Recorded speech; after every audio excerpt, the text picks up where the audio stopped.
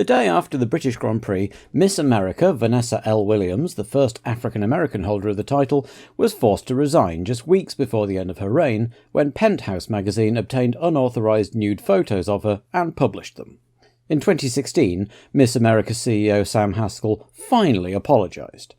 In a more positive step for women, Soviet cosmonaut Svetlana Savitskaya became the first woman to perform a spacewalk on her second trip into space, a short trip to the Salyut 7 space station to supply tools for a repair job. The West African country of Upper Volta changed its name on the first anniversary of the military coup that brought Thomas Sankara to power. The newly named Burkina Faso, meaning Land of the Incorruptible, also had a new flag, swapping its old black, white and red flag for one in the Pan-African colours. The nation had not sent any athletes to Los Angeles, so no changes were needed as the 1984 Olympics opened to much American razzmatazz, including the arrival in the stadium by Bell test pilot Bill Suter by jetpack. He'd been one of the two pilots to fly an earlier model in the 1965 Bond movie Thunderball. The Games were marred by a Soviet-led boycott that had, by the time of the opening ceremony, grown to include 14 other countries, plus 3 others, Albania, Iran and Libya, who were boycotting the Games for other reasons. Particularly worried about the boycott were McDonald's, who were running a promotion whereby scratch cards given away with meals were printed with different Olympic events, and if the US won a medal in that event, the holder of the card got a free Coca-Cola for bronze, fries for silver or a Big Mac for gold. With the withdrawal of a good chunk of the competition for American athletes, the promotion looked like it was going to be good news for the punters, not so much for the company's bottom line. And on the day of the German Grand Prix, actor Richard Burton passed away. One of the great acting heavyweights, Burton had long been an alcoholic and a chain smoker, sometimes putting away 3 bottles of vodka a day, and had nearly drunk himself to death making The Klansman, later being unable to remember making the film at all. Burton's last released role would, appropriately enough, be in the movie 1984, based on the George Orwell novel, in which he played the sadistic O'Brien. If James Hunt had any thoughts on the passing of the man who had stolen his wife back in 1976, he kept them to himself as the teams assembled at Hockenheim for the German Grand Prix. With the revised Nürburgring hosting its first race later in the year, there were some who suggested that this could be F1's last year at Hockenheim, but given that some 100,000 packed into the stadiums for the race, it seemed unlikely that the circuit near Heidelberg was going anywhere for the time being. There'd been another change in the calendar too. The organisers of the proposed street circuit in Fuengirola had realised that trying to do the necessary building works on the Spanish costas in the height of the holiday season was silly, and backed out, while the New York Grand Prix had fallen through again, so to make up the numbers, the season would now finish at a new venue. The Portuguese Grand Prix at Tyrrell would be the final race of the season. Tyrrell were in attendance once again as they awaited the results of their appeal, but had neither of their regular drivers, with Brundle still on the sick list and Beloff off in Canada driving Porsche endurance cars at Mosport Park. So Stefan Johansson would continue in place of Brundle, with Mike Thackwell taking Beloff's car. As at Brands Hatch, if anyone qualified behind the Tyrrells, they would be bumped up onto the grid, and with Tolman electing just to run a single car for Senna rather than replacing the injured Cecotto, there were again just 27 cars going for those 26 qualifying slots. In the absence of Stefan Beloff, local hopes in terms of teams and drivers rested on Manfred Winkelhock and ATS, though the Swiss Mark Seurer and the Austrians Niki Lauda and Joe Gartner also had their followings here, but the biggest chance of German success was with the Porsche-built TAG engines in the McLarens and the BMW units in the Brabhams. ATS themselves had a brand new D7 chassis ready, while the long-suffering Ram boys had once again rebuilt both their chassis and were ready to go. Friday qualifying saw De Angelis top of the heap with Rosberg 27th and last, and when Saturday dawned wet it looked like the Finn might be glad of that Tyrrell ruling, but the sun came out, the track dried and Prost was able to go round quicker and snatch pole, with De Angelis still quick in second, then Warwick and Tombe, Piquet back in 5th and Alboreto 6th, Lauda and Fabi shared row 4, then Senna alongside Arnoux, local boy Winkelhock was 13th, Mansell 16th after yet more gearbox woes. It turned out one of the cogs was the wrong size and had to be sent off to a local machine shop. Rosberg managed to make it up to 19th, behind Lafitte for a change, and the Tyrrell boys were 26th and 27th, so Thackwell would miss the race. Sunday morning was wet again, and although it had cleared up by race time, there were still grey clouds overhead and the occasional spot of drizzle. The two Ferrari drivers had decided they preferred the old cars with the old suspension layout, and the team had converted the newer models back to the old suspension and were using them as spares. Both McLarens had engine problems in the morning warm-up, and Prost's recurred as he headed round to take his grid place, so he dived into the pits instead, hopped in the spare, and went round to make his way back to pole position. Niki Lauda, meanwhile, had come down with a cold, and had had rather a bad night's sleep, running a fever, but still looking up for it come the start.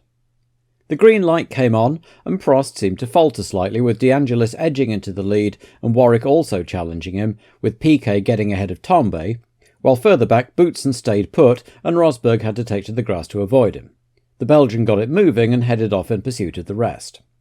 By the time they got to the Ostkurve, halfway around the lap, Piquet was ahead of both Renaults, and at the end of the lap the order was De Angelis leading Prost, Piquet, Warwick, Tambay and Senna, then Alboreto, Lauda, Fabi and the rest. Marc Surer was the first casualty with a turbo failure on the first lap, while off-camera Senna had got ahead of Tambay and Lauda had overtaken Alboreto and passed Tambay at the end of lap 3. Lauda's sixth became fifth when Senna's rear wing collapsed on lap 5, pitching him backwards into the Armco. Unhurt, but not a happy bunny, and meanwhile De Angelis continued leading Prost and Piquet, unable to put any air between himself and the McLaren, but not under any immediate threat either. These leading three were stretching out a lead from the chasing Warwick until, after 9 laps, the Renault in the back of De Angelis' Lotus suddenly lost power, followed by smoke and flames as his turbo went up, ending his impressive point-scoring streak in emphatic fashion. Prost and Piquet came past, and while the cameras were following the smoking Lotus on its way back to the pits to retire, Piquet also got past into the lead. Thierry Boutsen's BMW engine gave up on the same lap to end a pretty dire meeting for Arrows. So Warwick moved up to third briefly, but lost the place to Lauda, while Alboreto came in with an engine problem from 11th. Rosberg had also put on an impressive charge from 19th to 5th, and now took 4th from Derek Warwick, and was only a second and a half behind Lauda. Lafitte pulled into the pits with a smoking Honda, and with half a lap Rosberg's run was over as his electrical systems gave out, though the cameras didn't actually catch it. Williams another team who could pack up early. It was now about 1/3 distance, and Alboreto was the next out with the recurrence of his engine problem, and Gartner with the smoking turbo, followed a lap later by his teammate Ghinzani, and at the end of the lap it was Piquet leading Prost by about a second and a half, Lauda some 10 seconds behind his teammate, Warwick another 7 seconds back from him, with Fabi 5th and closing, and Tambay fast disappearing into the distance some 13 seconds back from Fabi. Piquet was pulling away now, and looked pretty comfortable in the lead, and the race had become rather processional, with only the ever-lengthening casualty list, Patrese in with a smoking Alfa on lap 16, and Fabi's pursuit of Warwick to keep the interest. Theo had managed to get out of his kart contract and would be able to complete the season for Brabham, and perhaps the news had buoyed him, because he was going well here. Behind them, Tambay had Mansell and Arnoux behind him and closing, as they all lapped Johansson's sold Tyrrell.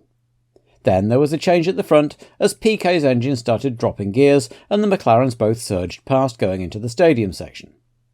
The Brazilian stayed out for one more lap to see if he could keep it running, but got slower and slower and came in to retire at the end of lap 23.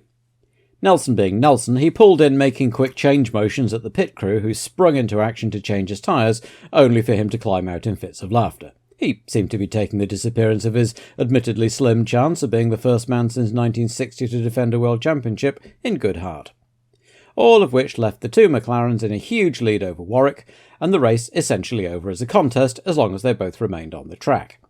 Lauda put his foot down and closed a little on Prost, but Alain just put his foot down and broke the lap record, and Niki got the message, settling in for second rather than bust a turbo going for the lead. At just about half distance, there were half the cars left running, and Fabi's excellent run came to an end with a turbo failure on 29 laps, promoting Tambay to 4th, with Mansell 5th having come up well from 16th on the grid. The last third or so of the race passed more or less uneventfully. Arnoux made a tyre stop, then made his way back up to 6th by the end, and that was it. Prost took the win by 3.1 seconds in the end, with Warwick a lonely third over 30 seconds behind the McLarens. Nigel Mansell, Patrick Tambay and René Arnoux made up the remaining point scorers, with De Cesaris, Hainaut, Johansson and Rothengatter the remaining finishers. Engine-wise, it had been a good day for the TAG Porsche, and not a bad day for the Renault concern either. De Angelis aside, the two Works cars and Mansell's Lotus all finished in the points, and both Ligier's also finished. Bad day for the BMWs though, with all 4 of their cars dropping out. So Prost and Lauda held station at the top of the Drivers' Championship, with Arnoux and Warwick both closing in on Elio De Angelis' 3rd place, while Mansell's points drew Lotus even with Ferrari in the Constructors' race that was, barring something pretty dramatic, more or less guaranteed to go to McLaren. With Lauda still only a few points behind in the championship, interest was high as the teams headed to his home circuit of Austria for the next race.